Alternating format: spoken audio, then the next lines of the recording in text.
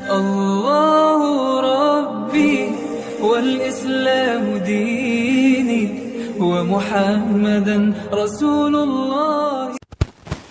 السلام علیکم ورحمۃ اللہ وبرکاتہ. اعوذ باللہ من الشیطان الرجیم. بسم اللہ الرحمن الرحیم. الحمد للہ رب العالمین والصلاة والسلام علی رسول اللہ وعلی آلہ وصحبہ اجمعین.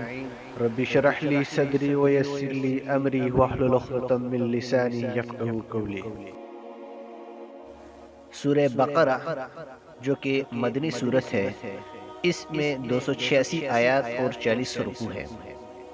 سورہ بقرہ کی آیت نمبر 1 الف لام میم ذالک الکتاب لا ریب فیہ ھدی للمتقین. الف لام میم اس کتاب کے اللہ کی کتاب ہونے میں کوئی شک نہیں، پرہیزگاروں کو راہ دکھانے والی ہے. اس صورت میں آگے چل کر گائے کا واقعہ بیان ہوا، اس لیے اسے بقرہ گائے کے واقعے والی صورت کہا جاتا ہے. اس کی ایک خاص فضیلت یہ ہے جو کہ صحیح مسلم کی روایت میں ہے کہ جس گھر میں یہ صورت پڑھی جاتی ہے یعنی سورہ بقرہ، اس گھر سے شیطان بھاگ جاتا ہے. نزول کے اعتبار سے یہ مدنی دور کی ابتدائی صورتوں میں سے ہے. البتہ اس کی بعض آیات حجۃ الوداع کے موقع پر نازل ہوئی. بعض علماء کے نزدیک اس میں 1000 خبر، 1000 احکام اور 1000 منہیات ہیں. لفظ الف لام میم انہیں حروف مقطعات کہا جاتا ہے، یعنی الگ الگ پڑھے جانے والے حروف. ان کے معنی کے بارے میں کوئی مستند روایت نہیں ہے.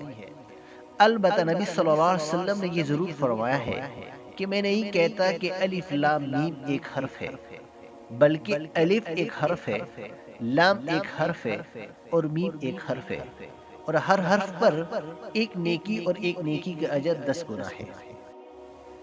اس کے من اللہ ہونے میں کوئی شک نہیں، جیسے کہ دوسرے مقام پر ہے تنزیل الکتاب لا ریب فیہ من رب العالمین. بعض علماء نے یہ کہا ہے کہ یہ خبر بمانی نہیں، ای لا ترتابوا فیہ، اس میں شک نہ کرو.